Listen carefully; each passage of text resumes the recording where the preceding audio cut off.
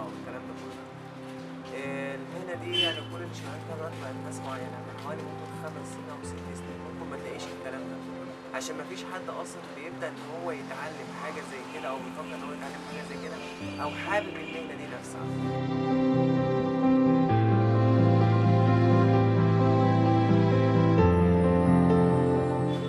الشغل بتاعنا ده يعني جميل أوي، يعني ممكن الصين عندي كل زي الصين دي دخلت في كل حاجة، أي حاجة دلوقتي بقت هي بتعملها، دلوقتي الحاجة الوحيدة اللي ما عرفتش توصل لها وعرفت تعملها اللي هي الشغل الخيمي، فشغل الخيمية ده من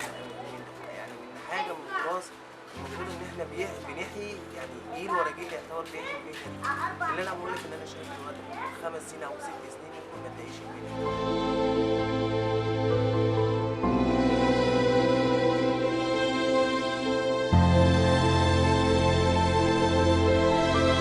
بتبدأ من أول حاجة إن هي بتترسم على ورقة، بتاخد الورقة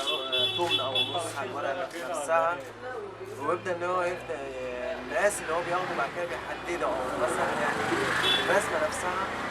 تبدأ إن هي تتخرم وبعد كده تتضرب على القماش نفسها، وبعد كده تتعلم بالقلم زي ما أنتِ شايفة كده حضرتك، وبعد كده بابدأ أشتغل.